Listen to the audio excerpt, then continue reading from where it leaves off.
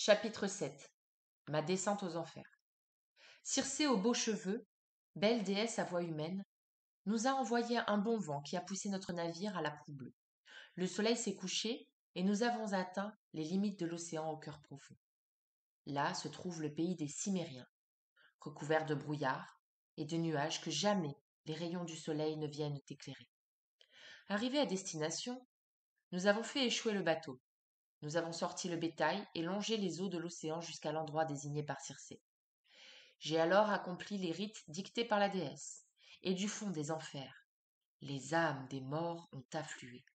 Jeunes femmes, jeunes gens, vieillards usés par la vie, jeunes vierges portant au cœur leur premier chagrin, guerriers blessés par des lances de bronze, recouverts de leurs armes sanglantes. Ils arrivaient en foule autour du trou, poussant d'étranges cris, et une peur glacée m'a envahi. Tirant mon épée, j'ai empêché les têtes sans force des morts de s'approcher du sang avant que n'ait parlé Tirésias. La première à venir, c'était l'âme d'Anticlée, ma mère défunte que j'avais laissée vivante en partant d'Ithaque. En la voyant, je me suis mise à pleurer, mais malgré ma tristesse, j'ai empêché qu'elle s'approche du sang. Tirésias n'avait pas encore parlé. Or voici qu'apparaît, tenant un sceptre doré, l'ombre du devin. Il me reconnaît et me dit: pourquoi donc, malheureux, quitter la lumière du soleil et venir ici dans ce lieu sans douceur rendre visite aux défunts? Écarte-toi du trou, que je boive du sang et te dise la vérité. Le devin irréprochable voit le sang et me dit: tu désires un doux retour, illustre Ulysse, mais j'ai peur que Poséidon, l'ébranleur du sol, n'oublie pas sa colère contre toi. Il te garde rancune d'avoir aveuglé l'un de ses fils. Pourtant, si tu restes maître de toi et de tes marins, il se peut que vous aboutissiez malgré de longues souffrances. Dès que ton navire approchera de l'île du Trident, tu verras paître les vaches et les moutons du dieu Soleil, celui qui voit et entend tout. Si tu n'y touches pas, si tu ne songes qu'au retour, alors tu rentreras à Ithaque. Mais si tu y touches, je te garantis la perte de ton bateau et de ton équipage, et tu rentreras seul, vieux et misérable, sur le vaisseau d'un autre peuple. Dans ton pays, tu verras des hommes insolents dévorer tes richesses et courtiser ta femme, car ces prétendants veulent prendre ta place sur le trône. Depuis bien des années, ils écartent ton fils et cherchent à séduire ta femme. Tu leur feras payer leurs crimes.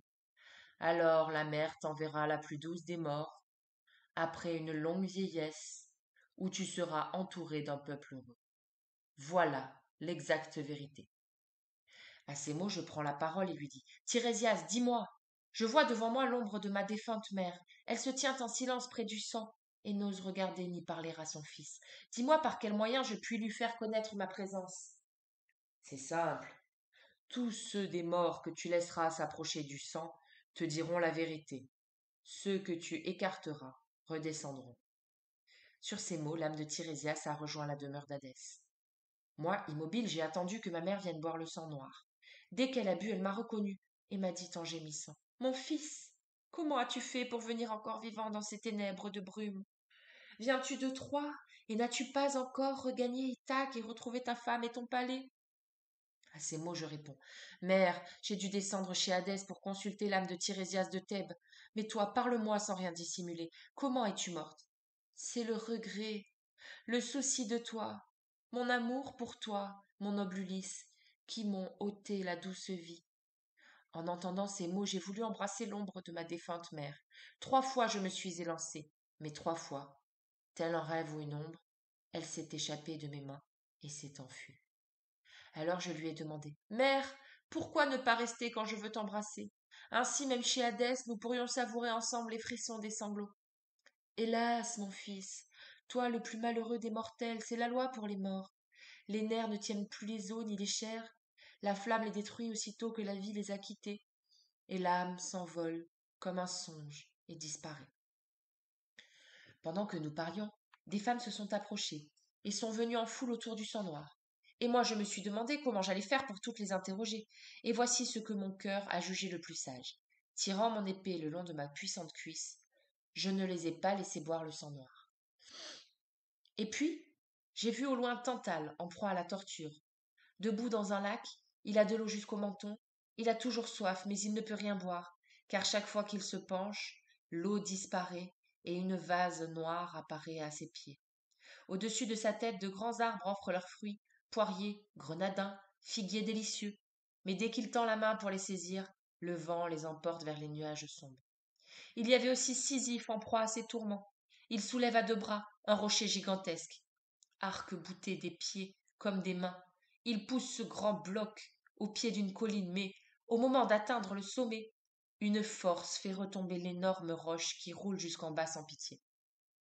Alors il recommence. La sueur ruisselle sur son corps, et un nuage de poussière recouvre sa tête. Je restai sans bouger, mais l'innombrable peuple des morts s'assemblait, poussant des cris étranges, et une peur glaciale m'a envahi. Je me suis hâté de rentrer au bateau, j'ai dit à mes gens d'embarquer à leur tour et de larguer les amarres.